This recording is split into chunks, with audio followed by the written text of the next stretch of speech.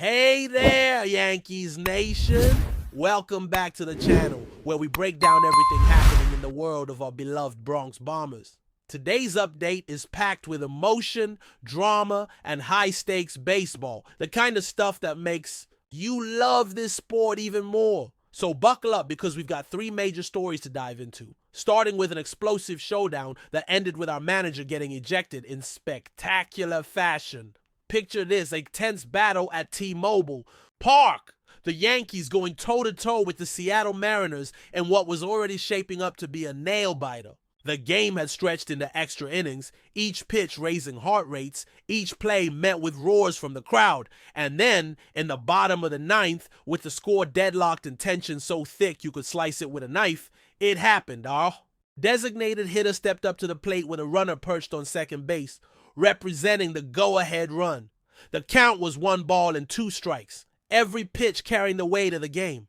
That's when the Mariners reliever fired a blistering fastball that, to almost everyone watching, looked like it dipped just below the knees. But then came the umpire's call, strike 3. Just like that, inning over. The disbelief was instant. The batter froze, arms raised, turning towards the Yankees dugout with a look that said it all. Did that really just happen? It was at that moment our manager couldn't stay silent. Bursting out of the dugout, he charged towards home plate, not only standing up for his player, but also venting weeks of pent-up frustration. This wasn't going to be a casual chat. This was fire and fury. As he confronted the umpire, the air practically crackled with intensity. They were face-to-face, exchanging words that, let's be honest, wouldn't make it past a family-friendly. Our broadcast. The scene was electric. Two fierce competitors locked in a battle of wills, neither backing down. Soon, another umpire had to intervene, stepping between them before the confrontation spiraled further out of control.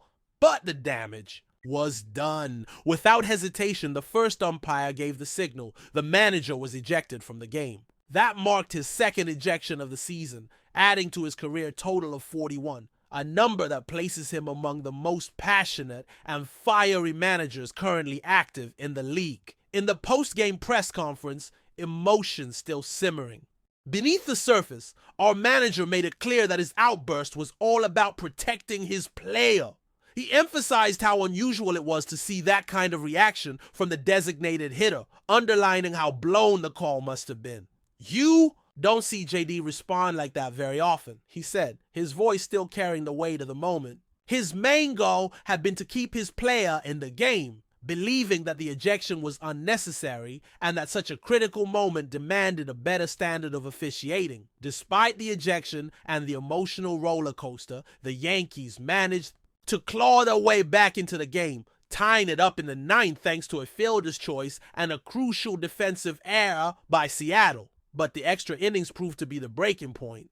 In the 11th, a soft but perfectly placed line drive from the Mariners sealed New York's fate, delivering a gut-wrenching walk-off defeat. Yet beyond the scoreline, what stood out most was the manager's unwavering commitment to his team. His fiery defense of his player wasn't just about one call, it symbolized the relentless spirit of the Yankees, a reminder of the pride and passion that defined this franchise. Moments like these, while painful in the short term, often become the fuel that ignites a team's resurgence. Looking ahead, the Yankees are now laser-focused on bouncing back in the next matchup of this 3-game series against Seattle.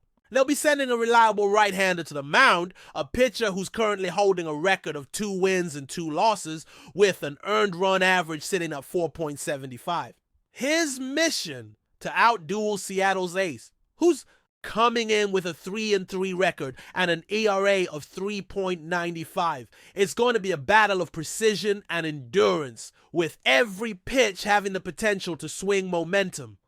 Offensively, there's no sugarcoating it. The Yankees need to step up. In the opening game, they went an excruciating 0 for 14 with runners in scoring position, leaving 11 men stranded on base. Those numbers are simply not good enough for a team with championship aspirations. Clutch hitting has to improve, and fast, if they want to turn the tide in this series. Players like Paul Goldschmidt and Anthony Volpe will be under the spotlight. Both showed flashes of aggression late in the game, but now it's about turning those moments into sustained production. Defensively, the bullpen has been a bright spot, striking out 5 batters across 3 spotless innings. If they can get a solid outing from the starter and continue that bullpen dominance, the Yankees stand a strong chance of evening the series. Seattle, of course, will be looking to ride the momentum of their dramatic win.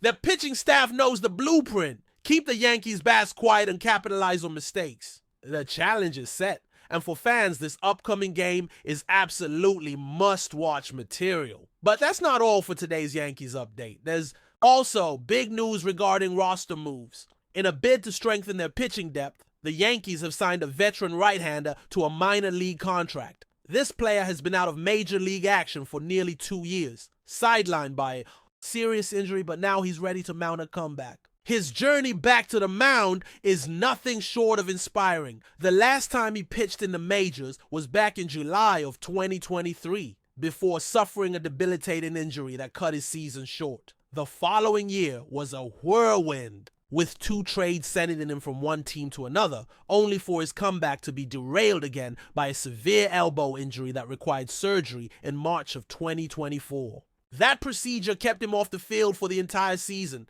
casting doubts on whether he would ever return to form. Now, at 35 years old, he's looking to prove that he still has something left in the tank. His standout season came in 2021, where he posted an impressive win-loss record at a highly competitive earned run average across 31 appearances. Despite the injury setbacks, his career ERA remains respectable, and his ability to limit walks and command the strike zone makes him an intriguing addition for the Yankees. This signing is a smart, low-risk move, with key pitchers currently sidelined. One out until at least July, another done for the year after surgery, the Yankees needed to reinforce their depth.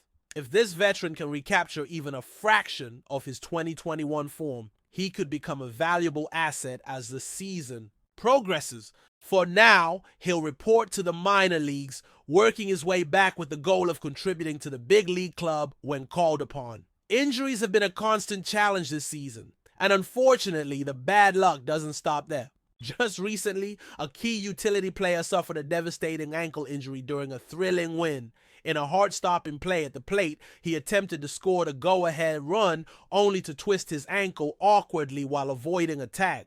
The pain was immediate and overwhelming. He collapsed to the ground, clutching his leg, as teammates and medical staff rushed to his aid. Known for his toughness, he tried to stay composed, but the severity of the injury was clear.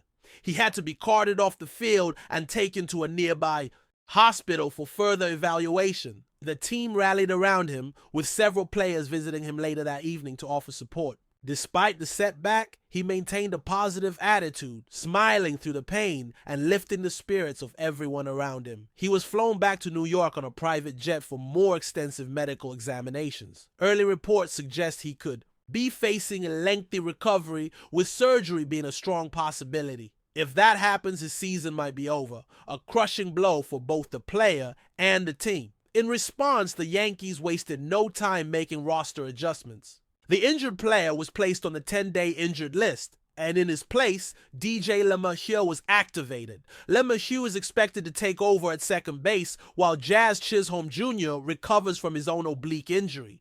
DJ's versatility also means he can slot in at third base, sharing duties with Oswald Peraza and Jorbit Vivas. However, the infield depth is now a significant concern. Peraza's defensive skills are unquestionable, but his struggles at the plate raise questions about his long-term viability.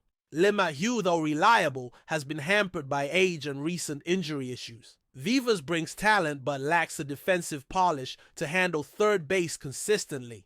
There's growing speculation that the Yankees might explore trade options to shore up the infield, but viable candidates are scarce. Names like Willie Castro, Nico Hoerner, and Yandy Diaz have been floated, though acquiring any of them would require some creative roster maneuvering. For now, the Yankees will have to rely on internal solutions and hope the current infield group can hold the fort. The situation remains fluid, with Cabrera's health being a major wildcard.